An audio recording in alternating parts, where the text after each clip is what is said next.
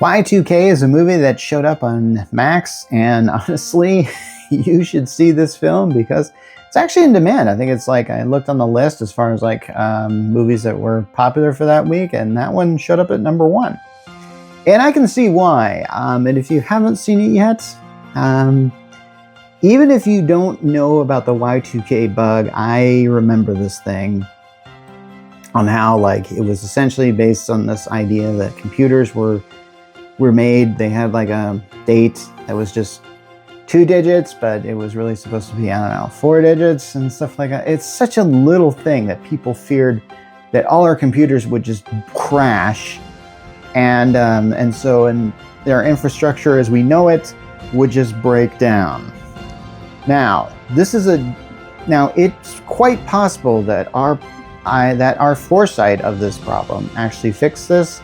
We don't know. All I remember is that really there were incidences of things like that happening, but they were kept on a very small scale. But in this film, machines go mad and they start developing a malevolent intelligence, and machines start forming amalgamations of themselves and start attacking people. This is the thing that is happening in this film.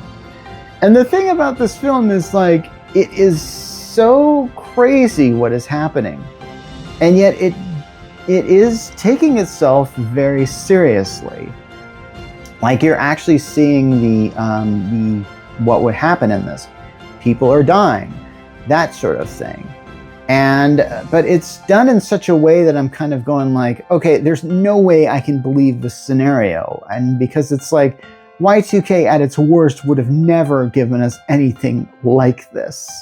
If you want to do a film about Y2K and you can show like major power blackouts and then the downfall of society, which was what people really feared in that essentially our infrastructure would come apart and this would lead to almost like, I don't know, I don't even know how to describe it. That usually, the thing that usually happens in most post-apocalyptic movies where just society as we know it, civilization just crumbles. And that's what sort of happens at the beginning of this film. Now, I gotta tell you, this is a film that I didn't really expect to have stuff happen that happened. I mean, it's told from the point of view of a teenager who just wants to do teenager things. He wants to go to a party. He wants to kiss a girl on the night of New Year's Eve because that's when Y2K was supposed to take place, New Year's Day 2000, and it just kind of doesn't happen. This guy's not looked at as really a super guy, but he's trying to get with this one gal who's really into computers and stuff like that. And that'll be very important later, believe you me. So he goes to this party with this friend of his, and his friend is kind of an interesting character. He's kind of like that, that guy is kind of on the ride. He's kind of like that one character in, that Peter Parker hangs out with in the newer Spider-Man movies. I think his name is Genki, Ned Leeds, that's his name. But essentially, things are not going well for him. And when midnight happens, that's when everything starts going crazy. Like, there's just these machines that start showing up that are just amalgamations of lots of other machines. And you're probably wondering, how can they do this? And the answer is, I don't know. There is no explanation other than supernatural events of how these machines could just sort of come together like that. They don't have a scene where they show that. And I feel like this is a film that has a very limited budget, but at the same time, they really went all out in showing like these giant machine amalgamations together that just look like a guy that they managed to super glue a lot of just consumer electronics to. And actually, it's a really interesting effect. I actually did not expect an effect like that in this film. This film surprised me on so many levels, I have to admit. And it does have an interesting budget. They do show like scenes where the town is like completely in flames and stuff like that. So they had a little bit of budget to do with this. But it's told mostly from the point of view of the main character. And then they also show that the machines are sort of rounding up humans and not just killing them. And they're trying to put chips in their brains so they can be the dominators. And I'm kind of going like, okay, this is utterly ridiculous.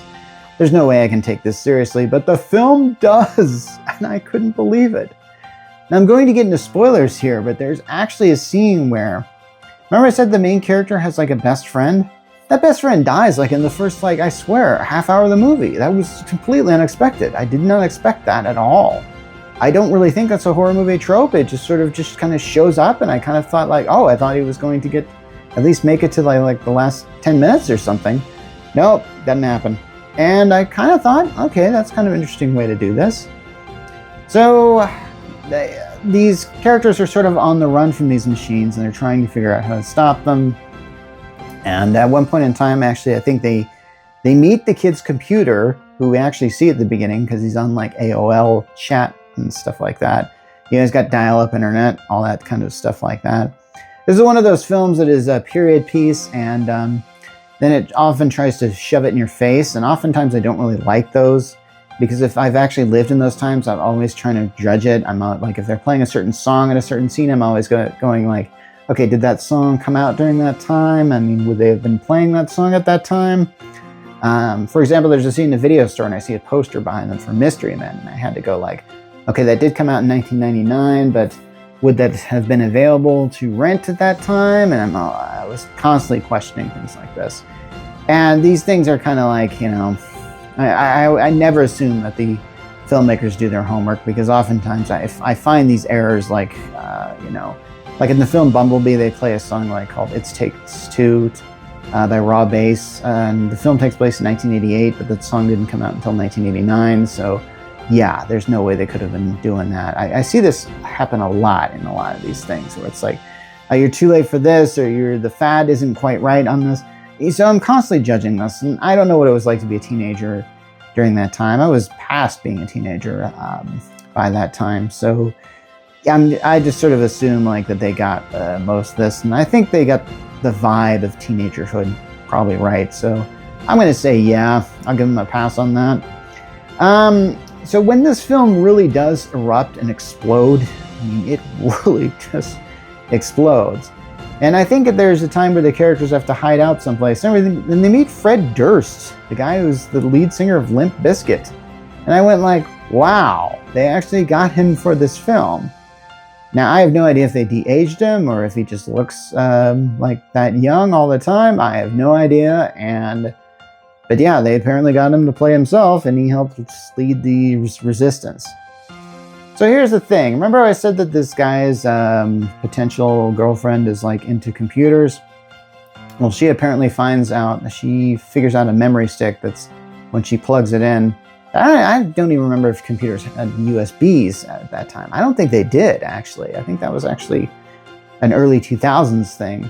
But she finds that she's got this ultimate thing that's going to be able to take down the machines. Once again, horror movie, curse, undo the curse. That's how horror movies work. So she has to get it to this place where she can plug it in, and the best place is the school, the high school, which apparently that's the place where they're enslaving humans in this gym and putting chips in their head and stuff like that. Crazy stuff. And when she tries to go in to destroy this virus, screens are showing up, and they have like these really bad computer graphics of like of how the computers have become absolutely malevolent, and they look like the graphics from that movie The Lawnmower Man or something like that. They look that bad. They really look terrible on purpose, and that's clearly why they're doing that. Don't ask me how the robots could take over humanity with dial-up internet, but this happens in this thing. And so anyway, so she manages to basically break the spell of this thing. And this leads to the ending, which I have to admit I kind of thought was a little bit strange, because I think they imply that the AI essentially survived this thing, because you kind of see it in like I wouldn't say post-credit sequence, but right before the credits they show it, and I'm kind of going like, okay, are they going to make a sequel to this? Were they going to call it Y2K plus however many years happened? I don't know. I don't think this is a film that I think just needs to stand alone and just kind of be its own thing, and I just think that's probably the best thing you can do for something like this. It is a great film, and it's a lot of fun. Go see it. If you like comedy horror, you'll love this.